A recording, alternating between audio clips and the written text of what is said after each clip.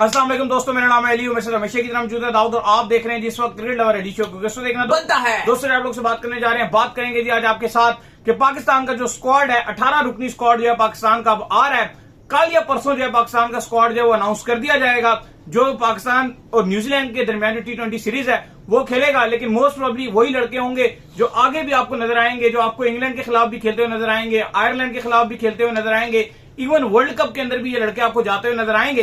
तो क्या लड़के होने जा रहे हैं, क्या अपडेट आ रही हैं, क्या स्टोरियां चल रही हैं, वो आप लोग से शेयर करते हैं। और बात करते हैं Benjamin D Stokes, Ben Stokes, जिन्होंने पाकिस्तान के खिलाफ आखिरी जो T20 वर्ल्ड कप हुआ था 2022 फाइनल में क्या कमाल किस्म की इनिंग खेल कर जो वो इंग्लैंड को वर्ल्ड कप जितवाया था, वही 2024 का T20 वर्ल्ड कप इंग्लैंड से नहीं खेलेंगे। क्या रीजन आ रही है वो भी आपको बताएंगे। तो अगर आप हमारे चैनल पर नहीं पहली बार आए, चैनल को लाजमी सब्सक्राइब करें, साथ ही बेल आइकन बजाना।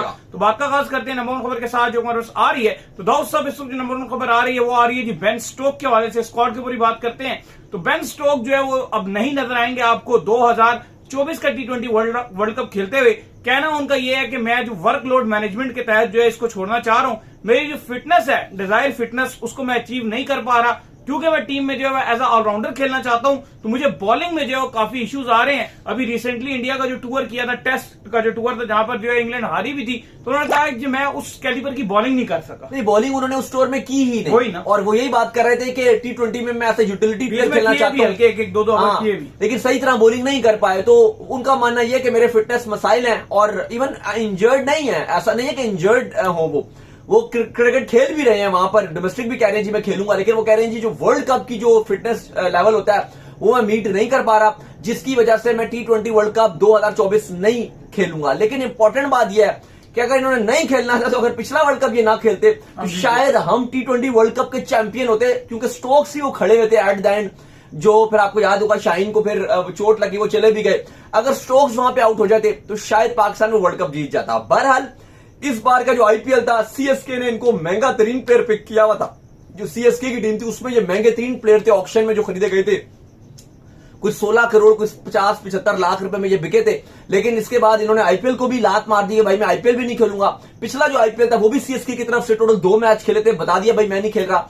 इस बार भी साफ मना कर दिया कि मैं नहीं खेल रहा, IPL भी नहीं खेले और अब ये भी नहीं खेल रहे। बड़ी बात है। याद होगा आपको लास्ट टाइम IPL छोड़ के चले गए थे और कहते हैं जी जो इंग्लैंड और आयरलैंड की सीरीज थी, एक मैच था वो खेले, किसके बाद जो बाकी क्रिकेट सीरीज है इंग्लैंड की वो मैंने खेली है। तो बहुत बड़ी बात है ये। नहीं, बहुत बड़ी बात है। और वो कहते हैं कि मैं जो है सेक्रीफाइस कर रहा हूं और ये सेक्रीफाइस जो है मेरे लॉन्ग करियर के लिए और मेरे एज अ ऑलराउंडर के लिए बहुत ज्यादा जरूरी है। हमारे यहाँ तो हमने देखा है कि टूटी फूटी उंगलियों के साथ भी लोग खेलने चले जाते हैं, इवन इंजरियां हुई होती हैं, इंजरियां कैरी करके चले जाते हैं और फिर मेन टाइम पर खेलते हैं, मेन टाइम पर जाकर गिर जाते हैं और पाकिस्तान को जो है वो आप कह लें कि लेट डाउन करा देते हैं, लेकिन लीगें नहीं छोड़ते हैं। बेन स्टोक जो है एक एग्जांपल है कि वो जब तक वो फिट नहीं है, जब तक उनको लगता नहीं है कि वो फिट है, तब तक वो आएंगे ही नहीं। वो कह रहे हैं कि भाई कोई और खेल ले लेकिन मैं नहीं खेलूंगा। लेकिन मुझे बड़ा पर्सनली दुख है, मैं बहुत उनको लाइक करता हूँ, मेरी ख्वाहिश थी कि स्टोक्स भी खेले, क्योंकि ऐसे जब बड़े खिलाड़ी बड़े इवेंट्स खेल रहे होते हैं तो इवेंट की बिल्कुल मजा आता है और इवेंट की बड़ी हाइप रहती है। बेन स्टोक्स हो गए, विराट कोहली हो गए, बाबर आजम हो गए, साउथ अफ्रीका की बात कर ले, उनके बड़े स्टार्स प्लेयर हैं, ऑस्ट्रेलिया के मैक्सवेल हो गए, ये सारे बड़े बड़े प्लेयर हैं, वार्नर हो गए, ये वो ऐसे स्टार हो गए, ये वो प्लेयर हैं जो आपकी हाइप बनाते हैं टूर्नामेंट्स की। तो अगर ये नहीं होते तो ऑब्वियसली ये बड़ी ही, अगर आप कहो कि दुख वाली बात है और इंटरनेशनल क्रिकेट के लिए बड़ी डाउन वाली बात है। लेकिन खैर आप ये नहीं उनसे गिला कर सकते कि भाई इंटरनेशनल क्रिकेट को प्रायोरिटी नहीं दे रहे, क्योंकि उन्होंने IPL को भी इतना बड़ा कॉन्ट्रैक्ट को लात मार दी। इवन क्या था, बैठे रहते डग आउट में, एक आध मैच खेलते बैठे रहते और आराम से इंडियन रुपीस पर 16 करोड़, मतलब PKR में तो आपके 50 करोड़ से ज्यादा, 50 करोड़ से ज्यादा ले लेते 2 महीने में बैठ की। वर्ल्ड कप तो वैसे ही नहीं खेल रहे, लेकिन उन्होंने कहा नहीं भाई नहीं तो नहीं। बड़ी कमिटमेंट वाले खिलाड़ी हैं, बहुत बड़ा नाम है इस क्रिकेट में। हाँ चले, तो खैर चलें आगे। खैर जिसके बाद जो हमारे पास अपडेट आ रही है जी, वो अपडेट आ रही है पाकिस्तान के स्क्वाड के हवाले से। तो 18 रुकनी स्क्वाड जो है पाकिस्तान का जो वो अनाउंस होने जा रहा है, जो कि अगेंस्ट जो है आपको न्यूजीलैंड खेलता हुआ जो है ये स्क्वाड दिखेगा कल या परसों। मोस्ट प्रोबेबली जो है परसों की जो है डेट आ रही है कि ये स्क्वाड जो है वो अनाउंस कर दिया जाएगा। तो किन लोगों के आप कह लें कि नाम पूरा जो है निकलने वाला है, कौन इन होने वाला है, कौन आउट होने वाला है, क्या स्टोरी है डॉक्टर साहब? देखिए आज भी सिलेक्शन कमेटी के हवाले से काफी खबरें आ रही है कि किस खिलाड़ी को अंदर किया जा रहा है, किसको बाहर किया जा रहा है। लेकिन जो बड़ी खबर है वो ये है कि कल का जो दिन है सिलेक्शन कमेटी तमाम के तमाम खिलाड़ियों के नाम फाइनलाइज कर लेगी। कल का ये जो आ रही है, जो खबरें आ रही हैं वो ये आ रही है कि कल का दिन पाकिस्तान जो न्यूजीलैंड के अगेंस्ट टीम उतारेगा उसमें पाकिस्तान अपना 18 रुकनी स्क्वाड कंफर्म कर लेगा जो न्यूजीलैंड के अगेंस्ट होगा। ये वर्ल्ड कप का स्क्वाड नहीं होगा। उसके बाद कहा जा रहा है जो इनिशियल डेट इन्होंने बताई थी कि हम स्क्वाड अनाउंस करने की, जो पीसीबी को इन्फॉर्म की थी, वो हमें की थी 5 अप्रैल की डेट बताई थी। लेकिन इवन आप भी कह सकते हो कि अगर कल अनाउंस नहीं कर सकते तो परसों भी कर सकते हैं, परसों नहीं तो 5 अप्रैल को तो कर देंगे। 8 अप्रैल को आपका कैंप खत्म होगा, 5 अप्रैल की इनिशियल डेट बताई थी, लेकिन कहा जा रहा है कि कल जो है वो स्क्वाड फाइनलाइज कर दिया जाएगा। इसके अलावा जो आईसीसी की डेडलाइन है T20 वर्ल्ड कप का स्क्वाड जमा कराने के लिए, वो है 1 मई, 1 मई, यानी कि आप कह लो कि इन्हें जल्द ही अनाउंस करना है, ये इस महीने के आखिर में। अभी अप्रैल आपका चल रहा है, 2 अप्रैल आज हो गई है, तो 1 महीना टोटल पूरा आपके पास पड़ा हुआ है। 1 मई तक आपको हर हाल में अपना वर्ल्ड कप का स्क्वाड अनाउंस करना है, जिसका साफ मतलब यह है कि जो पाकिस्तान वर्ल्ड कप के लिए जब स्क्वाड अनाउंस करेगा, 15 स्क्वाड में होंगे, 3 पॉसिबल है कि वो रिजर्व के अनाउंस करेंगे।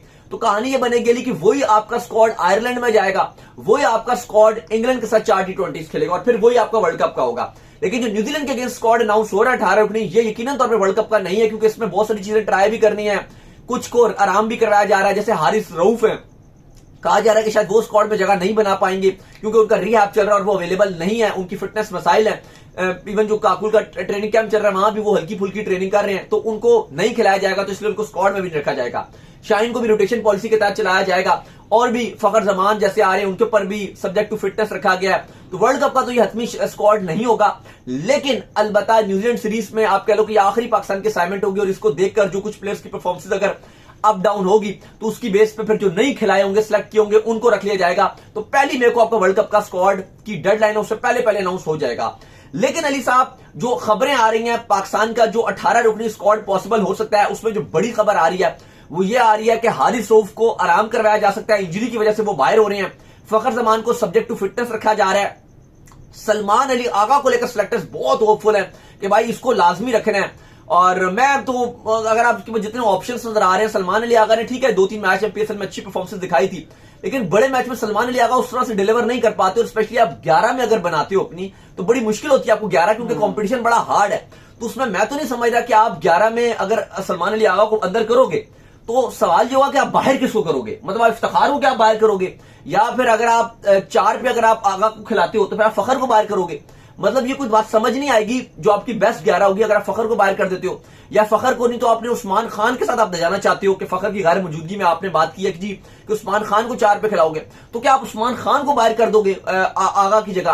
तो ये भी बात समझ नहीं आ रही है, तो काफी कंफ्यूजन है। लेकिन बहरहाल स्क्वाड के अंदर जो है वो आपकी सिलेक्शन कमेटी इस बात पर मुत्तहिद हुई है कि हमने जो खिलाना है, लेकिन आपकी सिलेक्शन कमेटी ऑलरेडी बड़ी क्रिटिसिज्म झेल रही है, क्योंकि अभी जैसे बाबर का भी उन्होंने नाम पेश किया था, तो इससे पहले आपके जितने सिलेक्शन कमेटी के बंदे हैं, कोई 1 महीना पहले, 2 महीने पहले वो बाबर के खिलाफ कुछ और ही बातें करते थे, जी कि कप्तान नहीं होना चाहिए, बाबर ने वर्ल्ड कप में अच्छी कप्तानी नहीं की, ये नहीं किया, वो नहीं किया। और वो सिलेक्शन कमेटी अब समझ ही नहीं आ रही कि वो अब इतनी ज्यादा हुई भी है कि जी कि डायरेक्ट उन्होंने बाबर नो वेयर तो उन्हें कप्तान अनाउंस कर दिया।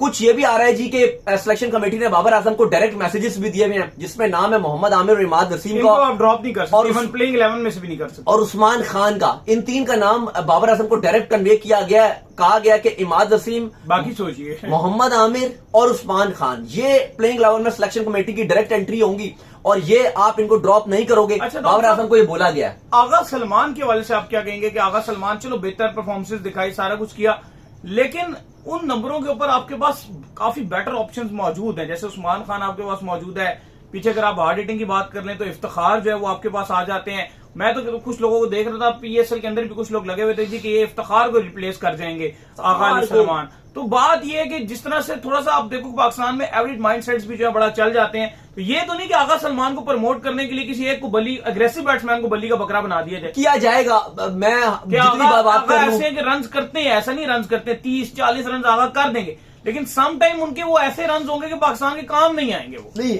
मैं जितनी भी बात कर लूं, आप जितनी भी ये बात कर लें, लेकिन समहाउ मुझे भी ये बात पता है, आपको भी पता है कि यहाँ पर है ऐसा थोड़ा सा एवरेज माइंडसेट्स को पसंद और आगा की टीम के अंदर बहुत अच्छी है। अगर आप कप्तान आपके बाबर है, उनके साथ बहुत अच्छी है, बाबर आजम के साथ भी। और देखो आगा क्या मसला है, अब वर्ल्ड कप में चले जाते हैं, आप इनको 11 में भी रख लोगे, आपका मैच एक इंडिया का वाला, इंडिया में आगा में भी 20-22 बना देंगे, फिर आपका आयरलैंड वाला मैच है, फिर आपका USA के साथ है, वो आपका कनाडा के साथ मैच है, उसमें क्या होगा, एक में 40 बना देंगे, 25 बदो पे उसमें अच्छा कर लेंगे, आपको जी रन तो बना दिए। मेन कहानी शुरू होगी सुपर 8, अब वहां पे 3 के 3 मैच में फुस हो जाएंगे। क्या हो गया जी, इन्होंने तो रन बना दिया और आप इनकी जगह जो एक ऐसा प्लेयर होगा इफ्तिखार जैसा या फखर जमान जैसा या वट एवर, उस्मान खान भी शायद आप उसको भी अगर इनकी भेद चढ़ा दोगे, हो सकता है कि वो प्लेयर बड़े मैच में बहुत कुछ आपको करके दे दें। लेकिन ये बात तो है कि जैसे सिलेक्शन कमेटी और कप्तान का वोट, सबका वोट इनकी तरफ जा रहा है, आगा की तरफ। बाबर आजम का अहम वोट है, वो इनकी तरफ जा रहा है। फिर सामने कुछ नजर भी आ जाता है जी कि पीएसएल की परफॉर्मेंस है इनकी थोड़ी बहुत, वो भी सामने एकदम हाईलाइटेड हो जाती हैं। तो बहरहाल ये आप कहते हो ना जब बहुत लाडला प्लेयर, तो आगा सलमान इस टीम के बहुत लाडले प्लेयर है, चाहे वो टेस्ट का स्क्वाड हो तो एकदम से पहले 11 में इनको रखा जाता है। इवन ऑस्ट्रेलिया में मैं ही पर्सनली चाहता था तो ऑस्ट्रेलिया खेलने गए वो आगा की जगह अगर आप इफ्तिखार को चांस देते, वो ऑस्ट्रेलियन कंडीशन में, हाँ यहाँ पे एशियन कंडीशन में खेल रहे हो, आओ खिलाओ, उसने अच्छा भी किया था। पिंडी वगैरह में आप या श्रीलंका वगैरह में आप खिलाते, वो ठीक था। लेकिन ऑस्ट्रेलिया में जो आपको पता है उन्हें बॉल नजर भी नहीं आ रही थी फास्ट बॉलर की, नजर आ रहा था कि यार ज्यादती हो रही है उस बच्चे के साथ, लड़के आगा के साथ ज्यादती हो रही है, क्योंकि समझ ही उसे कुछ नहीं आ रहा था। इफ्तिखार होते वो ज्यादा इंपैक्ट क्रिएट करते। खैर अली साहब, जो स्क्वाड हतमी शक्ल दी गई है, जो नाम आ रहे हैं वो आपको पढ़ के बता देते हैं। बाबर आजम कप्तान होंगे इस स्क्वाड के अंदर। साइम अयूब, पॉसिबल यही है कि बाबर आजम के साथ वो ओपनिंग कमांड भी संभालेंगे, सब में नहीं तो स्टार्ट जरूर कर सकते हैं साइम और बाबर शुरू के मैचेस में। अगर जोड़ी सक्सेस रहती है तो आगे बढ़ेगी, शायद अगर शुरू में नाकाम होती है तो फिर दोबारा से ये बाबर रिजवान पे जाएंगे, लेकिन जो पहली प्रेफरेंस हो सकती है वो साइम और बाबर की हो सकती है, यही इतलात आ रही हैं।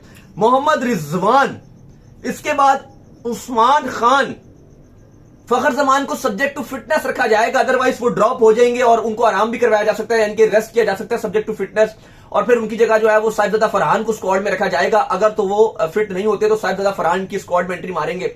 लेकिन फरहान की भी मुझे इस टाइम जगह बनती हुई नजर नहीं आ रही, क्योंकि आपने उसको ओपनिंग में तो खिलाना नहीं है, 3 में भी नहीं खिला सकते, 4 में भी जगह बुक है, तो फिर नहीं बन रही साहिबजादा फरहान की जगह 11 में। अच्छे खिलाड़ी हैं, टैलेंटेड है, डोमेस्टिक में रन बनाए हैं, खूब किया, अच्छी परफॉर्मेंस है, लेकिन इस वर्ल्ड कप में नहीं जगह बन पाएगी। कंपीट कर रहे हैं नहीं, वो बड़े स्ट्रांग लोग हैं जो कंपीट। बाबर हैं, साइम अयूब हैं, फखर हैं, उस्मान हैं, मतलब अगर आप देखो तो ये इफ्तिखार हैं। नहीं चलो इफ्तिखार तो नीचे वाले खेलते हैं, ये तो थोड़ा सा उससे भी कंपेयर करते हैं जाके। नहीं वो तो उधर कहाँ खेलेंगे, लेकिन ये चौथे नंबर के ऊपर तो आपके पास ऑलरेडी उस्मान है, वो फिर ये तो ओपनर है यार, ओपनर में पहले 4 स्लॉट तो ऑलरेडी बुक ही है, यही बात है, तो वो तो नामुमकिन है इनकी जगह बनेगी, तो साहिबजादा फरहान को रखने का फायदा ही नहीं नजर आता। खैर आजम खान के साथ जो सिलेक्शन कमेटी है वो एक बार फिर जाना चाहती है और रिजवान और आजम खान को ही कह रहे हैं जब ऐसा विकेट कीपर ग्रूम करेंगे और आगे लेके चलेंगे। और मेरा तो इसके ऊपर स्टिल मानना है कि आजम खान बहुत ही टैलेंटेड प्लेयर है। लोग कहेंगे यार इसका वेट ज्यादा है, ये है वो है, लेकिन आजम खान कुछ ऐसे मैचेस आपको जितवा सकता है जो पूरी पाकिस्तान टीम में कोई भी नहीं जितवा सकता। ये आपने बात की है तो एक ऐसा मैच उन्होंने जितवाया कल ट्रेनिंग कैंप में, अपनी टीम को खाकुल में वो रस्सा खींचने वाला जो था वो आजम खान ने जितवा दिया मैच, क्योंकि वो लगातार उनके ऊपर क्रिटिसाइज हो रहा था, कुछ नहीं कर रहे, कुछ नहीं कर रहे, पेड़ में बांधा हुआ था, पेड़ में बांध के सबको खींच दिया पूरी। ये देखिए हर किसी के पास कोई ना कोई खुशियत तो होती है ना, पावर तो है उसके पास। तो खैर आजम खान, इफ्तिखार अहमद होंगे, ये भी न्यूजीलैंड की सीरीज में होंगे और बेहतरीन खिलाड़ी हैं, ये करें ना करें ये एक हीरो है इस टाइम। अगर आप इनकी परफॉर्मेंस देखें इस टाइम पाकिस्तान का मोस्ट इंपैक्टफुल प्लेयर, जो डेंजरस खिलाड़ी है पूरे स्क्वाड में, भाई वो इफ्ती मानिया ही है।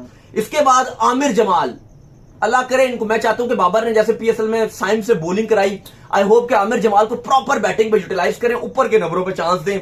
बॉलिंग ठीक है इनकी, इनको T20 में मेहनत की जरूरत जरूर है, लेकिन बैटिंग इनकी बहुत इंपैक्टफुल हो सकती है पाकिस्तान के लिए क्रूशियल मैचेस में। आमिर जमाल ये रहेंगे। शादाब खान, शादाब भी इस बार बड़ा बात कर रहे थे जी कि मैं ऊपर के नंबरों पर शायद पाकिस्तान की तरफ से बैटिंग करूंगा, तो शादाब खान लेकिन रहेंगे स्क्वाड में। इमाद वसीम ऑलरेडी बताया गया, बाबर आजम से सिलेक्शन कमेटी की जो बात हुई उस पर भी ये कन्वे किया गया, काफी खबरें चल रही थी, झूठी खबरें सोशल मीडिया में चल रही थी बाबर आजम को लेकर, कोट करके कि जी बाबर आजम ने बोला है कि भाई मैं जो वो आमिर को तो रख लूंगा लेकिन इमाद नहीं जगह बनेगी, इसलिए का मैं मेहरान मुमताज के साथ जाना चाहता हूँ। ये बहुत सोशल मीडिया में लोगों ने जो है वो झूठ फैलाया हुआ था, हाँ कि जी बाबर आजम कह रहे हैं जी इमाद मुझे नहीं चाहिए, मैं मेहरान मुमताज के साथ चला जाऊंगा 11 में, लेकिन मुझे जो है वो इमाद नहीं चाहिए। तो ऐसा कुछ भी नहीं है, ना बाबर आजम ने ऐसी कोई बात कही है और इसमें बाबर आजम ने अभी तो कोई भी अपनी इनपुट नहीं दिया। जो हमारे हवाले तक अपडेट आई है, जो आमिर और जो इमाद है इनके हवाले से बाबर ने कोई अपडेट नहीं दी। ज्यादा कंट्रोवर्शियल बाबर के वालिद की वजह से चला था कि उन्होंने जो ये बात कर दी थी, बाबर ने खुद कोई भी बात नहीं की। आपको क्लियर कर दूं मैं, यार बाबर ने तो अपनी कप्तानी के अंदर इमाद वसीम को भी खिलाया था। हाँ। और आमिर की बात कर लें तो आमिर का मसला तो बाबर से था ही नहीं, जो सच्ची बात है। आमिर तो तब चले गए थे जब उनका मिसबाह इन सबसे मसला बना था। अगर आमिर अवेलेबल होते तो बाबर खिलाता आमिर को, क्यों ना खिलाता। और अभी जो आमिर जो इमाद वसीम जो थे वो न्यूजीलैंड की T20 सीरीज में थे, बाबर ही कप्तान थे, वो ओडीआई में नहीं रखेगा तो उनको उन्होंने रिटायरमेंट भी दे दी थी। लेकिन अभी भी कोई बयान नहीं दिया बाबर ने कि जी मैं इमाद को, जैसे सिलेक्शन कमेटी ने उनको मैसेज दिया कि आपको इन दोनों को डायरेक्ट 11 में खिलाना है, तो जो अपडेट और उस्मान का भी तीनों का नाम लिया गया, लेकिन इस पर बाबर ने कोई रिसिस्ट नहीं किया। अच्छा, कल हम ना एक जगह से ट्रैवल करके वापस आ रहे थे इस्लामाबाद से, तो हम आपस में भी ये डिस्कशन कर रहे थे कि ये जो इनकी फैमिली है, जो अकमल ब्रदरांस की फैमिली है, इसमें ज्यादातर लोग जो है ना वो लगातार बोलते रहते हैं। जैसे उमर अकमल है, इतना टैलेंट था, बोल बोल के उसने जो सारा कुछ आप कह लें खराब कर दिया। बाबर आजम के अब्बू की बात कर लें, वो भी लगातार ही बोलते रहते हैं, इन्हीं की फैमिली से ताल्लुक है। लेकिन बाबर आजम में एक खासियत है और एक बहुत ही पॉजिटिव चीज है, और वो ये है कि बाबर कभी भी आकर मीडिया में बयानात नहीं देते, यही उनकी जीत है। ट्विटर नहीं करते, सारा कुछ नहीं करते, और इसी वजह से ये इस फैमिली के अंदर एक डिफरेंट मकाम रखते हैं। तो ये भी जो कॉन्ट्रोवर्शियल इतना किया था, ये उनके वालिद ने किया जी, कि मैंने समझा दिया बाबर आजम को कोई लड़ाई नहीं करेंगे इमाद और बाबर से, मतलब ये वो इमाद और आमिर से, मतलब ये बहुत ही कल भी हमने बात की थी, परसों भी बात की थी, ये उनको नहीं जरूरत बयान देने की। लेकिन बाबर ने खुद बखुद पर्सनैलिटी अगर आप बात करो, उन्होंने ऐसी कोई बात नहीं की। ये उनके वालिद जरूर जो आजम सिद्दीकी उन्होंने ये बात किया और गलत बात आप कह लो मीडिया में आपकी कंट्रोवर्शियल सीन क्रिएट किया। लेकिन जो अंदर की खबर है वो बाबर ने, सिलेक्टर्स ने जब उनको मैसेज दिया कि आप, ये आज की खबर है कि आप इमाद, आमिर और उस्मान खान इन तीनों को आप 11 में रखोगे, तो उसमें बाबर ने कोई रिस्पॉन्ड नहीं किया। उन्होंने ओके की रिपोर्ट दी कि ठीक है अभी तक, अब कल वो क्या कहते हैं वो नहीं पता, लेकिन आज उन्होंने कोई ऐसी बात नहीं की, उन्होंने कहा ठीक है। तो ये खबर है। तो बहरहाल इमाद नसीम रहेंगे। इसके बाद शाहीन शाह आफरीदी को भी कहा गया कि उनको भी आराम कराया जाएगा, लेकिन स्क्वाड में होंगे, कुछ मैच के लिए होंगे। और इवन कहा गया जो आपके नसीम और शाहीन है, इनको इन 5 T20 में रोटेशन के तहत खिलाया जाएगा, यानी कि 2-2 मैच करके ऐसे खिलाया जाएगा, तो ये फुल इनके ऊपर लोड नहीं डाला जाएगा। फिर इसके बाद जो है वो नसीम शाह रहेंगे, फिर मोहम्मद आमिर ये स्क्वाड में रहेंगे, वसीम जूनियर इनको भी स्क्वाड में जो जगह मिलेगी, इब्रार अहमद भी स्क्वाड के अंदर होंगे, और इसके अलावा उसामा मीर इनको भी स्क्वाड में रखा गया। वो अलग बात है कि to be very honest Usama Mir की जगह नहीं बनती। बेशक पीएसएल में उन्होंने विकेटें ली हैं, लेकिन जो उनकी परफॉर्मेंस है वो आपके सामने, अगर वो एक मैच में अच्छी बॉलिंग करते हैं, दूसरे में बिल्कुल उनकी लाइन और लेंथ फारिग हो जाती है, और करंटली वो वर्ल्ड कप में तो आपको नजर नहीं आ सकते क्योंकि उनकी परफॉर्मेंस ठीक नहीं है।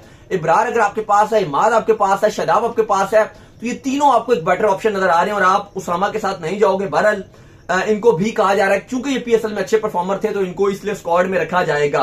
फिर इसके बाद जो 18वां नंबर है उसमें एक फास्ट बॉलर ये कह रहे हैं जी जगह मिलेगी, जिसमें जमान है, अब्बास अफरीदी और मोहम्मद अली। लेकिन इवन कहा जा रहा है कि जो फखर मैंने आपको बताया कि अगर वो अनफिट रहते हैं तो उनकी जगह यह भी हो सकता है कि इन दो को चांस दे दिया जाए, जमान खान और अब्बास आफरीदी। मोहम्मद अली का शायद जो सीन नजर आ रहा है कि वो शायद जगह ना बना सके, और अब्बास आफरीदी और जमान खान ये दोनों जगह बना लें, क्योंकि आपको पता है शाहीन शायद सारे मैच में अवेलेबल ना हो, तो उनकी जगह फिर अब्बास आफरीदी उनको जो रिप्लेस कर लेंगे। ये नहीं सब पाकिस्तान का 18 रुकनी स्क्वाड। एक बार फिर पढ़ के जल्दी से जो है मैं बता देता हूं। बाबर आजम कप्तान, साइम अयूब, रिजवान, उस्मान खान, फखर सब्जेक्ट टू फिटनेस है, सलमान अली आगा, आजम खान, इफ्तिखार अहमद, आमिर जमाल, शादाब खान, इमाद वसीम, शाहीन शाह आफरीदी, नसीम शाह, मोहम्मद आमिर, वसीम जूनियर, इब्रार अहमद, उसामा मीर, जमान और अब्बास आफरीदी। तो उम्मीद करते हैं आज हमारे शो आपको आएगा पसंद। आप वीडियो को लाइक कीजिए, हमारे चैनल को सब्सक्राइब कीजिए, साथ ही बेल आइकन बजाइए और एक और काम कर लीजिए, इंस्टाग्राम के ऊपर आप जाइए और उनको फॉलो कीजिए। इंस्टाग्राम में मुझे फॉलो कर लीजिए, वहां पे मैं मौजूद हूं। दाऊद क्रिकेट के नाम से अगर आपको किस सवाल हो तो भेजिएगा, उनको भी फॉलो कीजिए। मैं ऑफिशियल के नाम से लिंक डिस्क्रिप्शन में मौजूद है, जाइए फॉलो कीजिए। पसंद है नेक्स्ट वीडियो में। अल्लाह हाफिज, बाय बाय।